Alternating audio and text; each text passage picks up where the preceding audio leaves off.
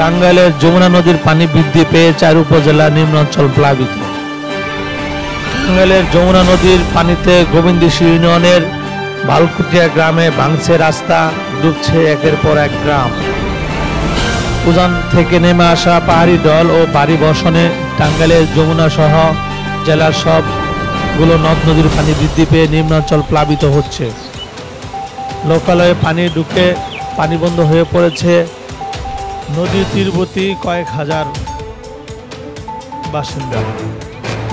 গত শনিবার 6 জুলাই সকালবেলা পানি উন্নয়ন বোর্ডের এক তথ্য অনুযায়ী যমুনা নদীর পানি বিপদসীমা 20 সেন্টিমিটার ও ঝিনাই নদীর পানি বিপদসীমা 76 সেন্টিমিটার উপর দিয়ে প্রবাহিত হচ্ছে।